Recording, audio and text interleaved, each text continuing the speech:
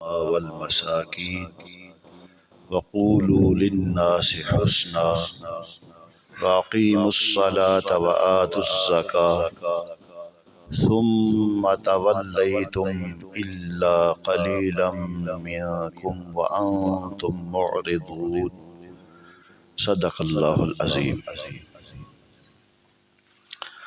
محترم سامعین و ناظرین، آپ بیٹھے ہوئے ہیں دورہ قرآن میں اور آپ سماعت اور دیکھ رہے ہیں کہ ہم بیان کر رہے ہیں کہ ہم سب کے لیے ہے قرآن پاک میں کامیاب زندگی۔ تو یہاں پہ جو ذکر ہو رہا ہے اس کا تھوڑا سا پس منظر میں بیان کر دیتا ہوں۔ نبی کریم صلی اللہ علیہ وآلہ وسلم کے زمانہ اقدس میں جو یہودی تھے نا، ان کو خطاب ہو رہا ہے۔ انہوں نے اللہ کریم سے جو وعدے کیے تھے، حضرت موسیٰ علیہ السلام پہ تورات کا نزول ہوا، جو بھی ان کو احکامات اللہ کی طرف سے عطا کیے گئے، ان کو وہ وعدے یاد کرائے جا رہے ہیں۔ اگر تاریخ اسلام کا مطالعہ کریں تو بنو نذیر اور بنو قریظہ یہ قبیلے محض اس لیے مدینہ المنورہ میں آ کر آباد ہوئے تھے، انہوں نے نبی پاک صلی اللہ علیہ وسلم کی شان و عظمت اپنی کتاب میں اس کا ان کو علم ہوا، اور ان کو یہ پتہ چلا کہ وہ نبی آخر الزمان اس بستی میں آ کر بسیرا کرے گا۔ تو یہاں پہ آ کر بسنے کا مقصد یہ تھا کہ جیسے وہ نبی پاک صلی اللہ علیہ وسلم تشریف لائیں گے، ہم ان کے اوپر ایمان لے آئیں گے۔ لیکن ان کی بدقسمتی، جب نبی پاک صلی اللہ علیہ وآلہ وسلم مدینہ المنورہ تشریف لے کے آئے، اور جب انہوں نے دیکھا کہ آپ صلی اللہ علیہ وآلہ وسلم کے ماننے والے دن بدن ان کی تعداد میں اضافہ ہو رہا ہے، اور کس انداز کے ساتھ اپنا تن من دن سب کچھ نبی پاک صلی اللہ علیہ وآلہ وسلم پر قربان کرنے کے لیے آپ کے غلام تیار ہیں، تو محض اس لیے انہوں نے ماننے سے انکار کر دیا کہ ان کی سرداری اور یہ جو ان کے علماء تھے اپنے ماننے والوں سے جو نذرانے وغیرہ وصول کرتے تھے، انہوں نے یہ خیال کیا کہ جب ہم اپنے اس دین کو چھوڑ کر ادھر چلے جائیں گے تو ہماری یہ سرداری اور یہ منتا جو ہے نا یہ ختم ہو جائے گی۔ بلکہ انہوں نے اتنا جرم کیا کہ اپنی کتاب میں نبی پاک صلی اللہ علیہ وسلم کے جو خصائل تھے ان میں تحریف کر دی۔ نبی پاک صلی اللہ علیہ وسلم کے حسن و جمال کا جو تذکرہ تھا کہ اس نبی کا قد درمیانہ ہوگا، ان کی آنکھیں جو ہیں وہ سرمگئی ہوں گی، ان کے بال اس طرح کے ہوں گے، انہوں نے اپنی کتابوں میں یہ لکھ دیا کہ ان کا قد لمبا ہوگا، ان کی آنکھیں نیلگی ہوں گی، ان کی ہر چیز کو انہوں الٹ کر کے اس لیے لکھ دیا کہ نبی پاک صلی اللہ علیہ وسلم جب تشریف لائے نا تو انہوں نے اپنے ماننے والوں کو یہ کہنا شروع کر دیا، آپ دیکھ لیں کہ ہماری کتاب میں تو آپ صلی اللہ علیہ وسلم کے شکل و شباہت اس طرح کی لکھی ہوئی ہے، اور آپ موازنہ کر لیں نبی پاک صلی اللہ علیہ وسلم کا قد جو ہے درمیانہ ہے، ہماری کتابوں میں لمبا لکھا ہوا ہے۔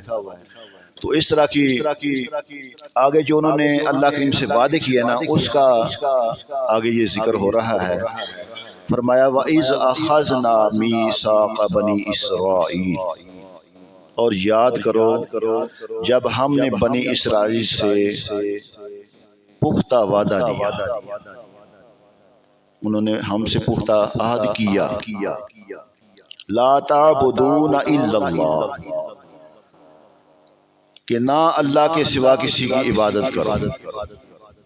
یہ جو احکام ہے نا نبی حضرت موسیٰ علیہ السلام پہ سب سے پہلے جب تورات کا نزول ہوا تو یہ 9-10 حکم جو ہے نا اس وقت نازل ہوئے، اور یہی حکم عیسیٰ علیہ السلام کے ماننے والوں کے لیے، اور یہی حکم امت محمدیہ کے لیے۔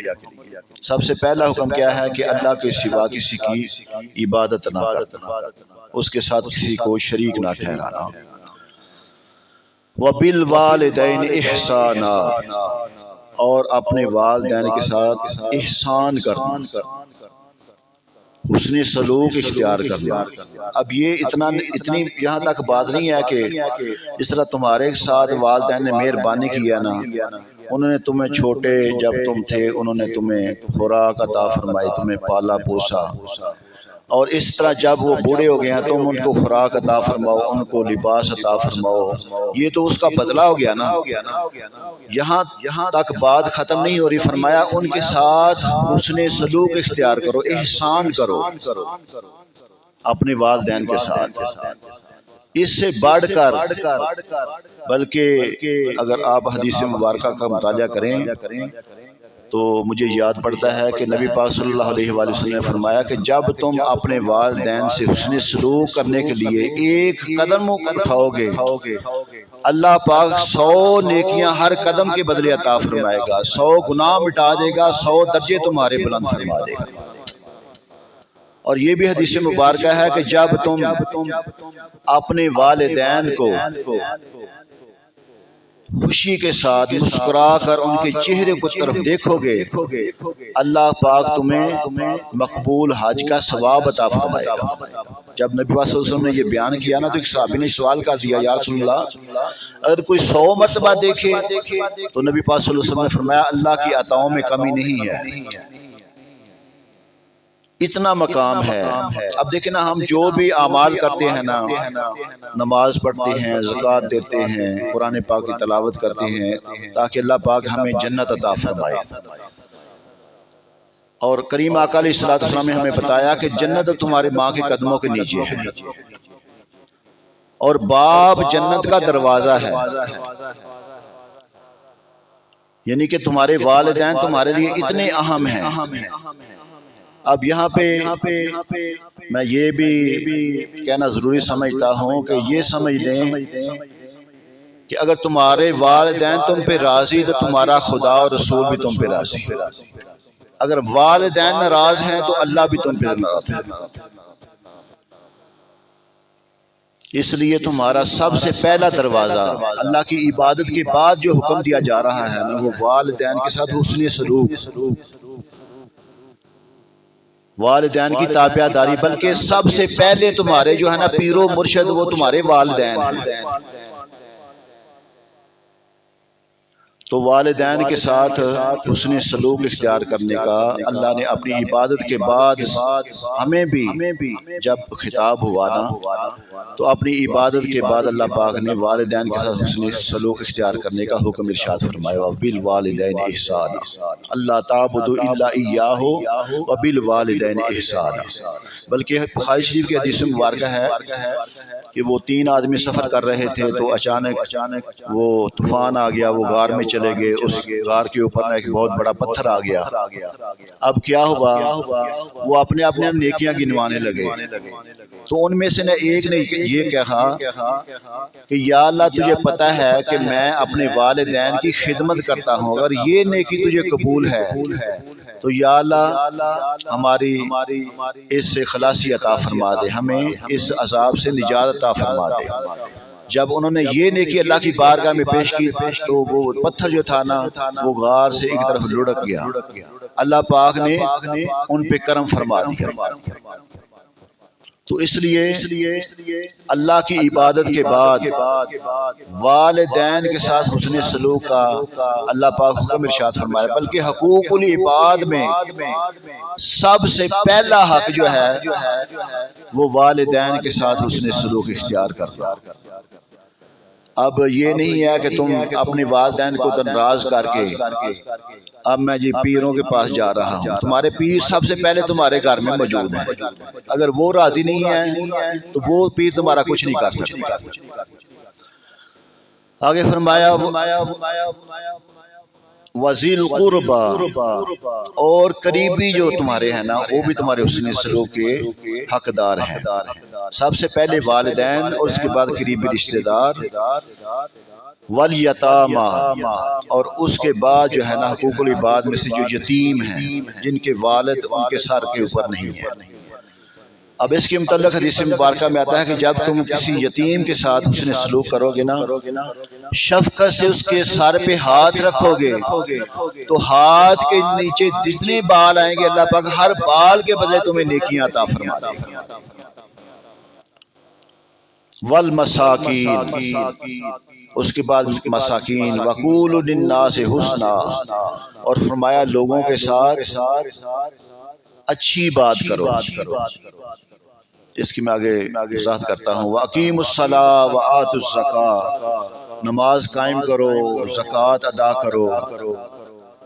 ثُمَّ تَوَلَّیْتُمْ إِلَّا قَلِیلًا مِّنْکُمْ وَأَنْتُمْ مُعْرِضُونَ، اور اللہ پاک نے فرمایا پھر تم میں سے چند آدمیوں کے علاوہ سب پھر گئے، یہودیوں کی طرف نہ اشارہ کر کے، وَأَنْتُمْ مُعْرِضُونَ، اور تم ایسے ہی اللہ کے احکامات سے منہ موڑنے والے ہو۔ یہاں پہ حقوق والدین کا تو میں نے بتا دیا ہے، وہ جو ہے نا وَقُولُوا لِلنَّاسِ حُسْنًا، لوگوں سے اچھی بات کہو۔ اچھی بات سے مراد نیکی کی دعوت اور برائیوں سے روکنا ہے۔ اب ہم سب کی یہ ذمہ داری ہے، جتنا ہمیں کچھ نہ نیکی کی ہم دعوت دے سکتے ہیں، ہم اور کچھ نہیں تو اتنا تو کر سکتے ہیں۔ اگر ہمارا دوست ہے، ہمارا کوئی عزیز ہے، ہم نماز پڑھنے کے لیے آ رہے ہیں نا، تو ہم اس کو یہ تو کہہ سکتے ہیں او بھائی چلے نماز کا ٹائم ہو گیا، آپ نماز پڑھیں۔ اگر کسی ایک کو آپ نمازی بنا دینا، دعوت دینے کا اتنا ثواب ہے، جب تک وہ نماز پڑھتا رہے گا اس کو نماز پڑھنے کا خود بھی ثواب ہوگا، اور آپ جنہوں نے نماز پڑھنے کے لیے اس کو نہ قائل کیا، اس کی نماز پڑھنے کا آپ قائل کرنے والوں کو اللہ پاک ثواب عطا فرماتا رہے گا۔ تو یہ ہے حسن سلوک، لوگوں کے ساتھ اچھی بات کہنا، نیکی کی دعوت، اس کے تمام طریقے اس میں داخل ہیں، جس طرح کہ بیان کرنا، درس دینا، وعظ و نصیحت کرنا۔ اس کے علاوہ اچھی بات کہنا، اللہ کی عظمت، حضور صلی اللہ علیہ وسلم کی شان، اولیاء اکرام کے مقام و مرتبہ کو بیان کرنا، اور نیکیوں برائیوں کے متعلق سمجھانا، یہ سب اس میں شامل ہے۔ آگے اللہ پاک نے فرمایا آخر میں اِلَّا قَلِيلًا مِّنْكُمْ، بنی اسرائیل کی اکثریت اللہ تعالیٰ سے عہد و پیمان کرنے کے بعد اپنے عہد سے وہ پھر گئے اور گناہوں کے راستے پر چل پڑے۔ البتہ کچھ لوگ صحیح راستے پر ثابت قدم رہے، اور اسی گروہ والے ہمارے حضور صلی اللہ علیہ وآلہ وسلم نے، انہوں نے آپ صلی اللہ علیہ وسلم کا زمانہ اقدس پایا۔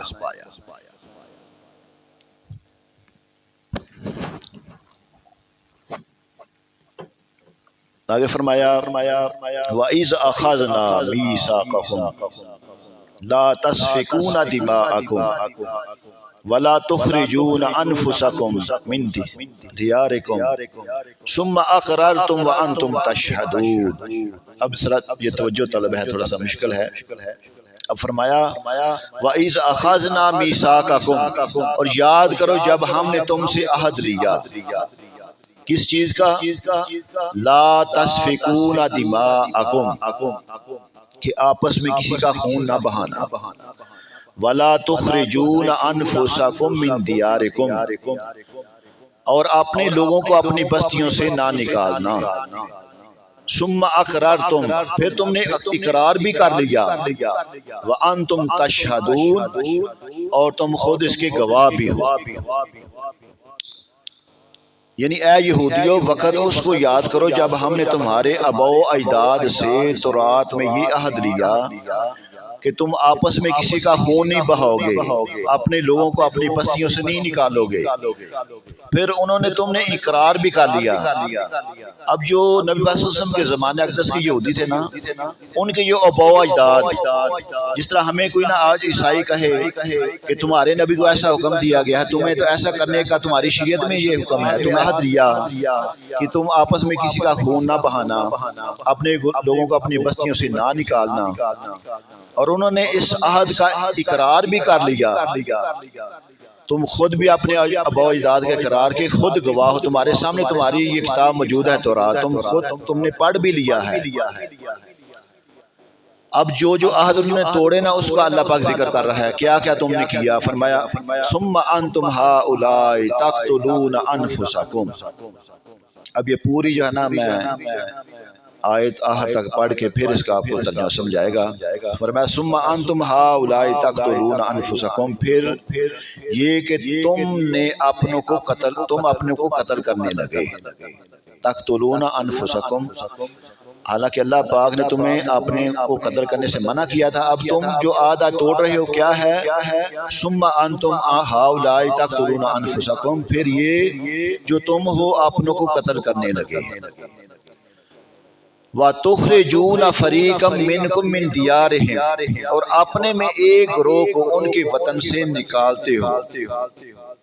تَظَاهَرُونَ عَلَيْهِمْ بِالْإِثْمِ وَالْعُدْوَانِ، فرمایا ان پر مدد دیتے ہو ان کے مخالف کو گناہ اور زیادتی میں.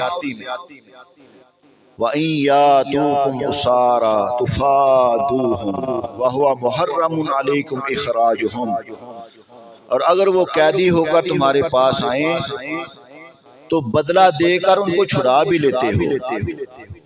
اللہ اکبر. یقین جانے کہ جب یہ اللہ پاک کے احکام ہم پڑھتے ہیں نا تو رنگٹے کھڑے ہو جاتے ہیں. اس طرح اللہ پاک ان کی برائیاں بیان کر جس طرح اللہ پاک ان کے ساتھ ساتھ تھا. آگے فرمایا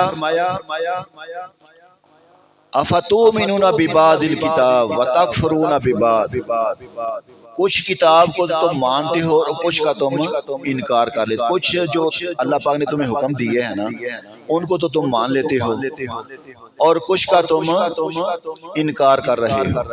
فرمایا فَمَا جَزَاءُ مَن يَفْعَلْ ذَلِكَ مِنْكُمْ إِلَّا خِزْيٌ فِي الْحَيَاةِ الدُّنْيَا. اللہ اکبر. اور فرمایا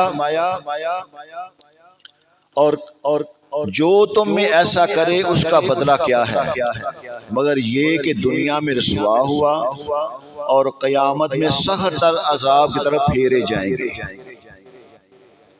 وَمَا اللَّهُ بِغَافِلٍ عَمَّا تَعْمَلُونَ، اور اللہ پاک غافل نہیں ہے جو تم کرتے ہو. اللہ پاک ان کی ہر جو برائی تھی نا وہ بھی بیان کر رہا ہے اور جس چیز کو مانتے تھے وہ بھی ساتھ ساتھ بیان کر رہا ہے. آگے فرمایا اولئک الذین اشتروا الحیاۃ الدنیا بالآخرہ. اب یہ صرف ان کے لیے نہیں، ہم نے اپنے کی طرف ہی جان کر دیکھنا ہے کہ ہم میں اب کیا ہے. ہم بھی قرآن کو ایسے کچھ احکام کو مان لیتے ہیں، کچھ کو ہم چھوڑ دیتے ہیں.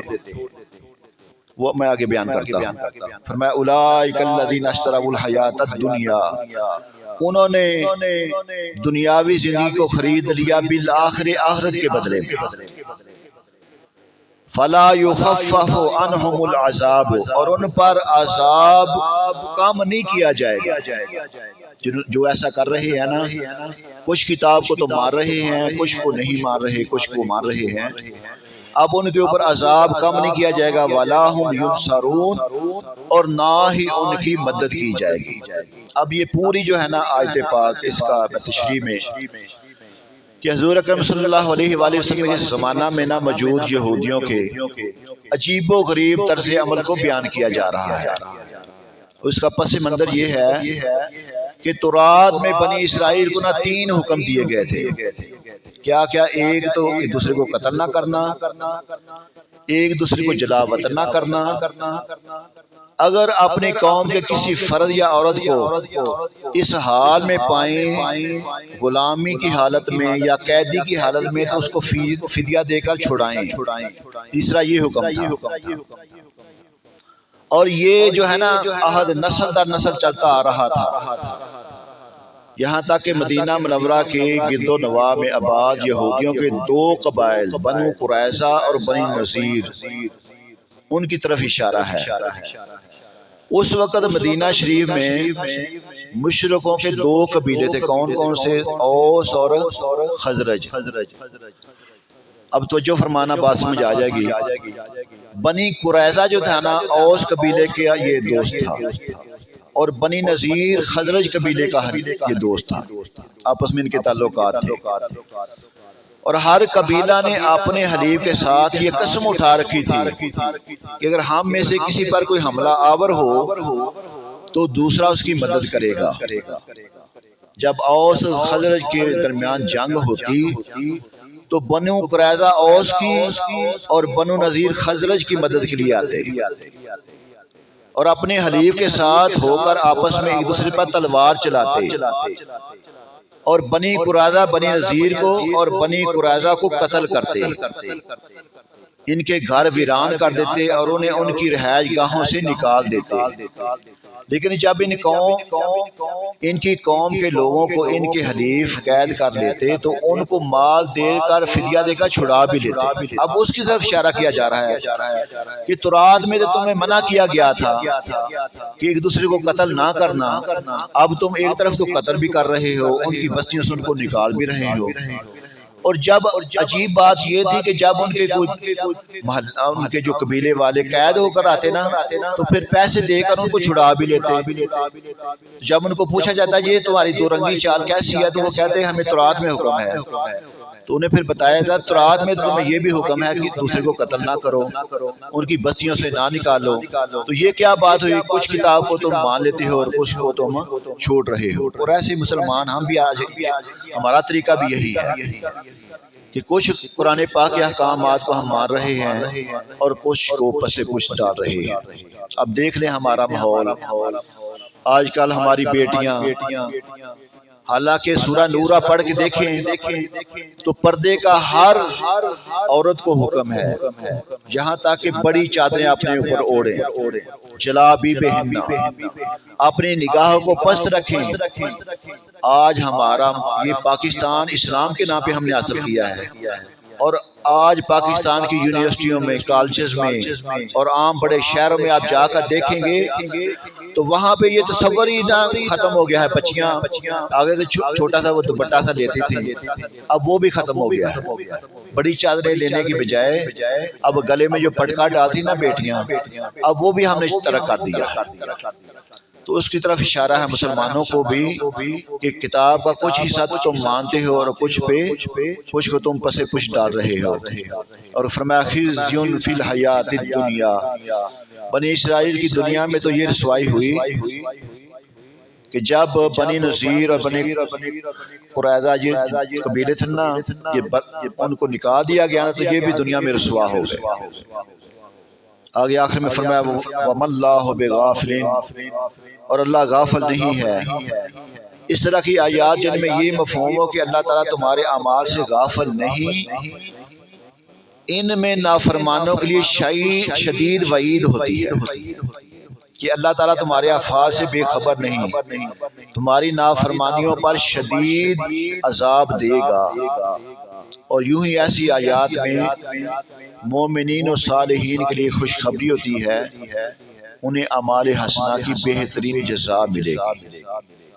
تو محترم سامعین و ناظرین، یہ جو ہم قرآن پاک کے احکامات کو پڑھ رہے ہیں یہ نہ صرف یہودیوں کے لیے ہیں بلکہ ہمارے مسلمانوں کے لیے بھی ہیں، ہمارے لیے بھی درس عبرت ہیں۔ اللہ پاک ہمیں یہ سارے جو پہلی قوموں کی داستانیں سنا کر ہمیں یہ سمجھا رہا ہے کہ کہیں تم ایسے نہ بن جانا۔ اب ان کی زندگی کو پڑھ کر دیکھ کر تم یہ سمجھو کہ جب انہوں نے اللہ پاک کی فرما برداری کی تو ہم نے انہیں عروج عطا فرما دیا، ان کے لیے آسمانوں سے پکا پکایا کھانا بھی عطا فرما دیا، ان کو گرمی سے بچانے کے لیے ہم نے بادلوں کا ان کے اوپر سایہ بھی کر دیا، ان کی مدد کے لیے ہم نے سمندر میں راستے بھی بنا دیے۔ لیکن جب انہوں نے نافرمانی کرنا شروع کر دی، اللہ پاک نے ہمیں پیچھے وہ ہم پڑھ کے آئے ہیں ان کی شکلیں بندروں میں تبدیل بھی فرما دی، ان پہ طاعون کی بیماریاں بھی لاگو کر دی۔ تو ان کی یہ ساری تاریخ پڑھ کر تم ڈر جانا اور اپنے آپ کو راہ راست پہ لے آنا۔ اللہ پاک ہمیں قرآن پاک کے احکامات کو سمجھ کر عمل کرنے کی توفیق عطا فرمائے۔